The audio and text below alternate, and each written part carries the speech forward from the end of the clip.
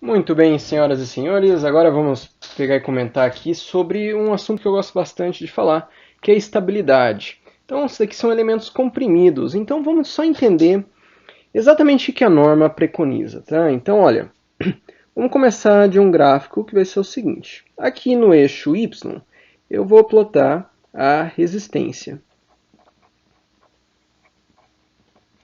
E aqui no meu eixo X, eu vou pegar e plotar o índice de esbeltez, que a gente também chama de lambda. Portanto, ó, o meu lambda ele é calculado da seguinte forma. Você pega o que a norma chama de L0, que esse daqui é um comprimento de flambagem teórico. Flambagem teórico. E você divide ele pelo raio de giração mínimo. Então, raio de giração, você pegou e aprendeu nas suas aulas de resistência de materiais. Né? Então, esse aqui é o seu raio de giração mínimo. Tá? Bom, esse teu comprimento de flambagem teórico, ele tem alguns detalhes, que é o seguinte, se você tiver uma coluna em que na base, ou uma coluna não, eu digo um elemento comprimido, que nas extremidades você sabe que ele está rotulado, e aqui você está tendo um carregamento axial, você sabe lá das aulas de resistência de materiais que o comprimento de flambagem disso daqui é igual ao próprio comprimento. Então, suponhamos que aqui eu tenho um comprimento L, o meu L0 é igual ao próprio L. Se você tiver já um elemento que ele é engastado na base e livre na outra extremidade, o que vai acontecer? Na hora que ele entrar, que ele flambar, ele vai pegar e apresentar uma configuração assim. E a gente pega e fala, olha, esse daqui é o nosso L, e esse comprimento de flambagem, aqui a gente considera esse que faz uma curvatura completa, que é o L0. É interessante notar que a norma de madeiras ela diz o seguinte, se você tiver elementos consecutivos, a continuidade não faz com que você mude esse comprimento de flambagem. Isso eu acho um fato bem interessante que a norma ainda considera isso. Olha, tem alguns limites aqui que são interessantes, que é quando esse lambda ele é 40, quando esse lambda ele é 80 e quando esse lambda é 140. Então vamos passar aqui uma linha tracejada, que esses pontos aqui serão pontos bem interessantes. E cada seção dessa vai ser uma análise um pouquinho diferente. Então, o que acontece? Se o teu lambda ele é pequeno, quer dizer que teu raio de giração e o teu comprimento de flambagem teórico eles estão próximos. Isso daqui a gente pega e fala, olha, isso daqui é uma peça curta. Portanto, o que você vai verificar, eu já até mostrei para vocês, você simplesmente vai verificar o seguinte, você vai verificar a tensão. Você vai verificar se a tensão solicitante, ela é maior ou menor do que a tensão resistente. Então, a tua ideia é que resista mais do que é solicitada. Isso daqui você verifica tensões. E a peça curta, ela te garante isso. E aqui, nesse intervalo de 40 a 80, várias peças de estruturas de madeira estarão nesse intervalo aqui. E elas são chamadas de peças medianamente esbeltas.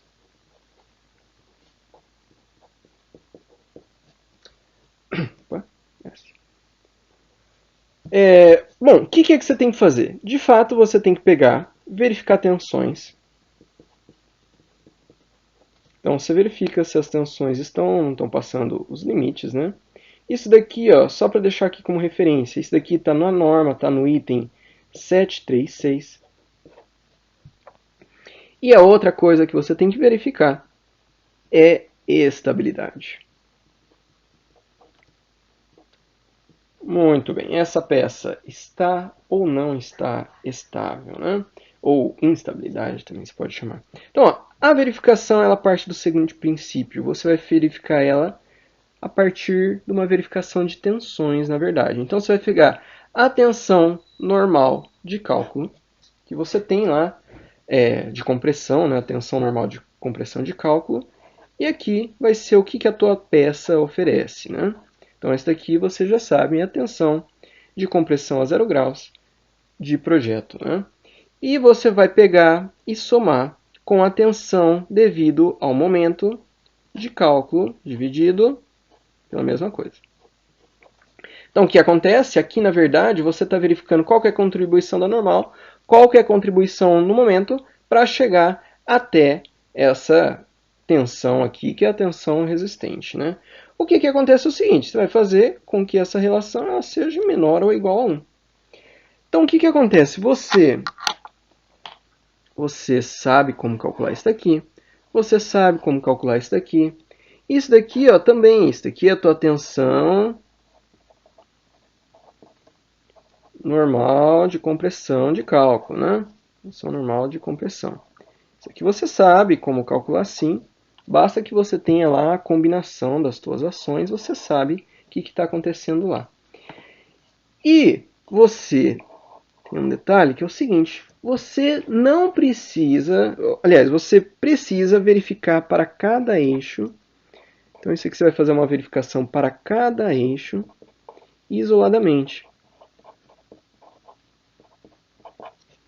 O que eu quero dizer isso aqui? Você vai verificar no eixo de maior inércia, no eixo de menor inércia. E você, se o teu lambda, então dispensa a verificação. Se o teu lambda ele pegar e for teu lambda que é L0 sobre o raio de giração na direção que você tá analisando, tá? Então, suponhamos, você está analisando na direção de maior inércia, né? Você vai verificar L0 sobre I correspondente. Se ele for menor do que 40, naquela direção, você não precisa fazer essa verificação. Tá? Agora, claro, se não for o caso, se tanto na direção de maior e menor inércia você está entre 40 e 80, você vai ter que verificar essa equação.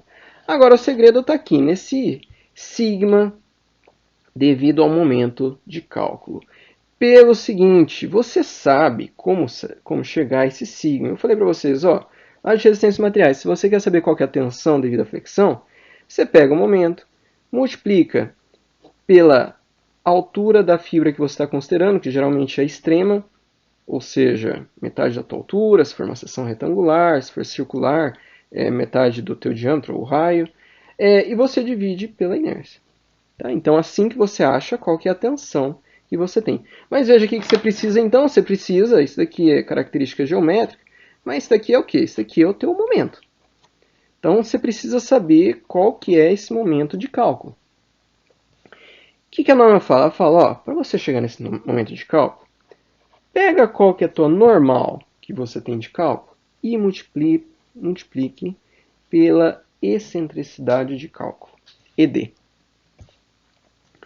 Muito bem. E daí vem todas as histórias de norma. Então, o que faz? Como é que você acha ED?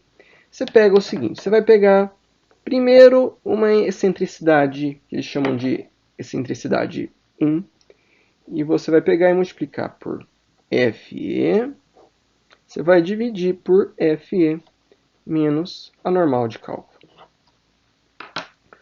Olha, normal de cálculo você sabe. Quem que é esse FE? Esse daqui é o carregamento de Euler, né? Carregamento crítico. Então, ó, FE, lembra Euler quando vocês calcularam lá com o professor de resistência materiais, ele falava π quadrado EI sobre L ao quadrado. Né? Mas ó, agora tem alguns detalhezinhos aqui. Ó. Esse L, na verdade, a gente chama de L0. E esse E é o EC0 efetivo. Tá bom? Mas o teu carregamento de Euler você sabe como calcular lá de resistência materiais. Agora, você não sabe como calcular esse bendito E1 ainda. Então, vamos verificar aqui o que é esse teu E1. Então, na verdade, vou até colocar em vermelho, ó, o teu E1 ele é a soma de duas excentricidades. É uma excentricidade inicial, mais uma excentricidade que eles chamam de excentricidade acidental. De fato, este teu EI, ele é o quê? Você vai pegar o teu momento da tua análise de primeira ordem. Então, suponhamos que você tem um carregamento lateral. Você vai pegar qual que é esse momento aqui devido a uma análise de primeira ordem. Quando eu falo análise de primeira ordem, é aquela análise que você fez na FITU, que você fez na mão, do jeito que você aprendeu em resistência a materiais. E você vai dividir pela normal de cálculo. Tem um detalhe, que esse teu EI, ele tem que ser maior do que H. Então, H é a altura da tua peça, tá? Dividido por 30. E tem mais uma coisa. Aqui ó, você tem essa excentricidade acidental. Então, a norma, ela entende que você consegue fazer alguma coisa, pelas características das obras brasileiras, existe uma excentricidade que ela é acidental, mesmo de construção. Isso daqui ela diz que é em torno de L0 sobre 300. Então isso daqui também é um valor fixo. E assim que você vai achar quem que é esse teu E1. Então veja, na verdade, quando você for calcular agora, você vai fazer o caminho contrário. Você vai pegar, calcular E1, calcular FE, calcular ND, para você chegar em ED, para você chegar em MD, e daí você vai conseguir fazer essa verificação. E isso daqui é o que você faz quando você está verificando peças medianamente esbeltas. Então vamos parar agora aqui e vamos pensar, e daí? E se tiver esse próximo intervalo? Esse próximo intervalo, que ele vai até 140, a gente chama ele de peças esbeltas.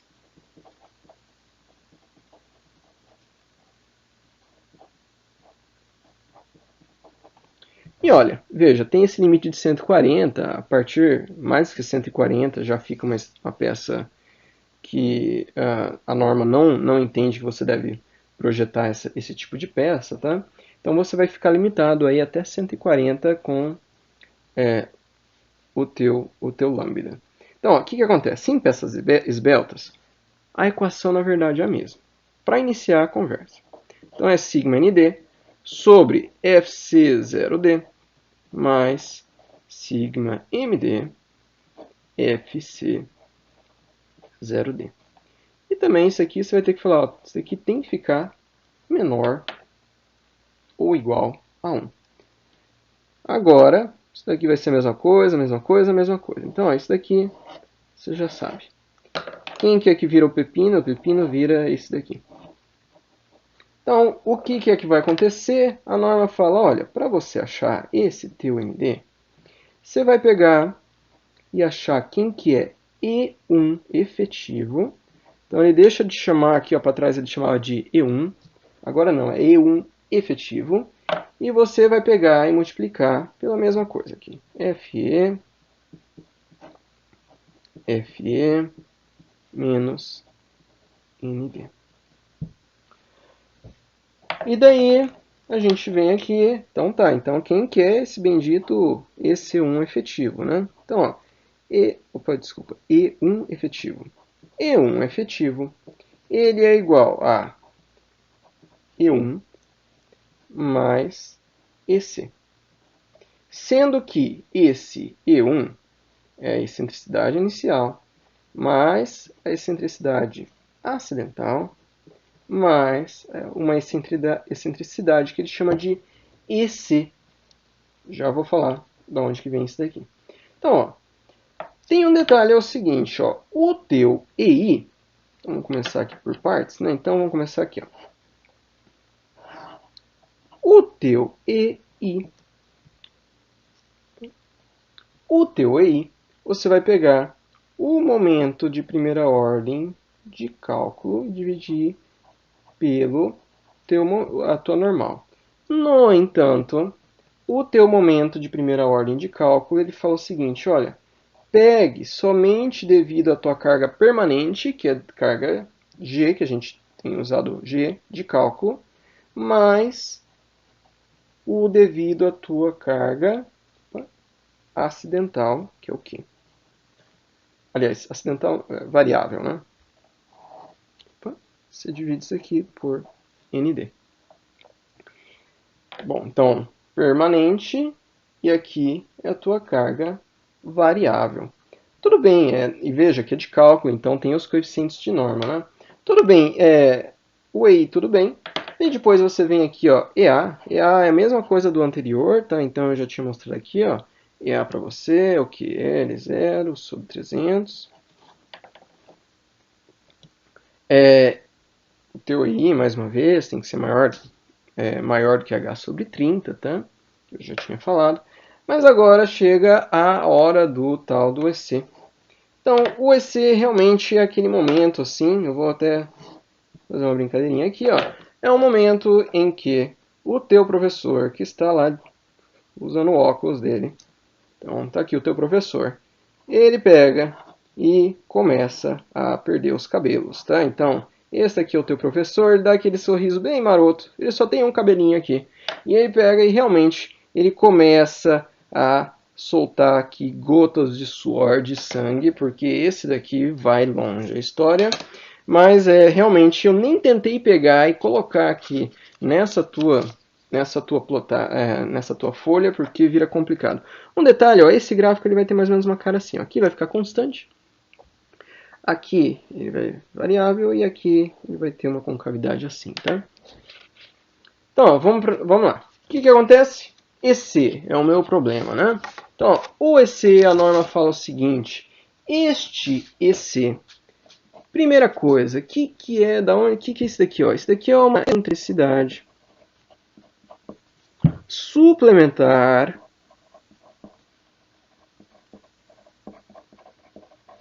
de primeira ordem que representa fluência. Então é assim que a norma faz a designação. Ó, veja, fluência é o seguinte: toda vez que você tem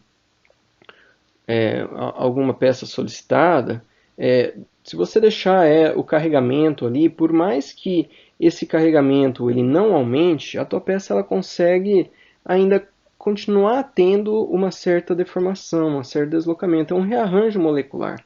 Isso daí, se a peça é mais esbelta, esse efeito é muito mais pronunciado. E esse daqui é o teu EC que você vai considerar lá. Então veja, primeiro, ele pega e fala, olha, você vai pegar E e G, que é momento de primeira ordem da sua carga permanente, dividir pela normal permanente de cálculo. Tudo bem.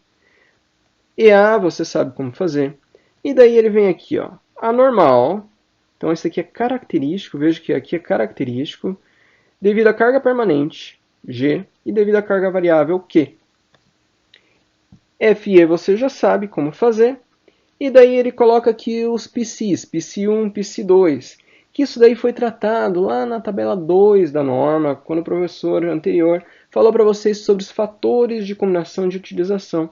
Então aqui estão o sigma 1 e sigma 2, que depende do tipo de ação, se é uma carga acidental, se é uma ação corrente, se é uma carga móvel.